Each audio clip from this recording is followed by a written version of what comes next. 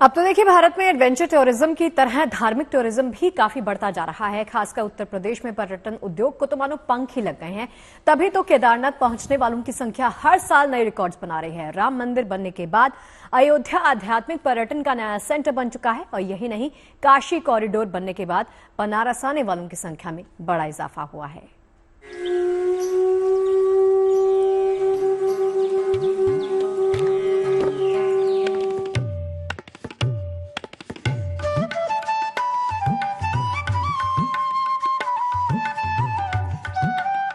अयोध्या, जहां होते हैं प्रभु श्री राम के दिव्य दर्शन।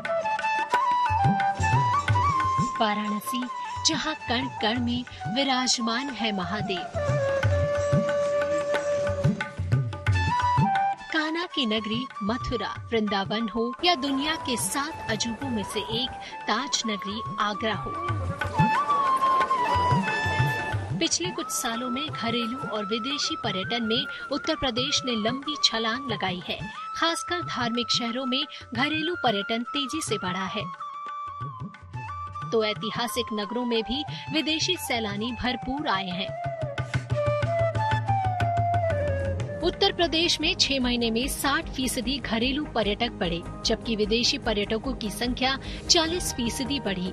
जनवरी से जून 2023 में पूरे देश से 19.53 करोड़ लोग यूपी आए। इसी अवधि में 2024 में घरेलू पर्यटकों का आंकड़ा बढ़कर 32.28 करोड़ पहुंच गया। जनवरी से जून 2023 में विदेशी सैलानी 6.70 लाख आए, तो इसी अवधि में 2024 में विदेशी पर्यटकों का आंकड़ा बढ़कर 10.36 लाख पहुंच गया।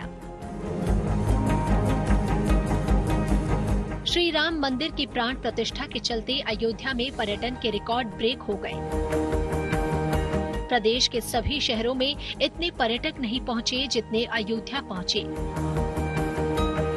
आंकड़ों के मुताबिक राम मंदिर उद्घाटन के शुरुआती 6 महीनों में ही अयोध्या में 11 करोड़ के करीब पर्यटक पहुंचे। केवल जनवरी में ही 6.98 करोड़ श्रद्धालुओं ने अयोध्या में दर्शन पूजन किया, जो कि एक रिकॉर्ड है। काशी विश्वनाथ कॉरिडोर बनने के बाद से वाराणसी में पर्यटकों की संख्या में काफी इजाफा हुआ है। महादेव की इस नगरी में दर्शन पूजन के लिए देश विदेश से बड़ी तादाद में पर्यटक पहुंच रहे हैं। यूपी में रिलीजियस स्पिरिचुअल टूरिज्म तो है ही, पर इसके अलावा वेलनेस टूरिज्म और साथ ही साथ इको टूरिज्म की भी बहुत सारी संभावना है। इसके लिए UP state eco tourism board का गठन किया गया है। उनके द्वारा भी कई सारे कार्यक्रम आयोजित किए जा रहे हैं और अभी जो हमने हाल ही में एक water sports and adventure sports की टूरिज्म पॉलिसी हमने स्थापित की है, उस पॉलिसी के अंतर्गत जो लोग जो बांध हैं, नदियां हैं या जंगल है, जंगल के आसपास हैं, बहुत तरीके के जो रोमांचक या जो साहसिक गतिविधियां हैं उनको प्रारंभ कर सकते हैं। उसमें हम लोग उनको फाइनेंशियल सपोर्ट भी करेंगे, उसका रेगुलेशन भी किया जाएगा और इसमें एक्स सर्विसमैन जो हमारे यहाँ पे जल आधारित क्रीड़ाएं होंगी तो उसमें नेवी के जो एक्स सर्विसमैन है वो लगाए जाएंगे। जो वायु पर एडवेंचर है, चाहे वो पैरासेलिंग हो, पैराग्लाइडिंग हो, उसमें एयरफोर्स के बहुत सारे एक्स सर्विसमैन को लगाएंगे।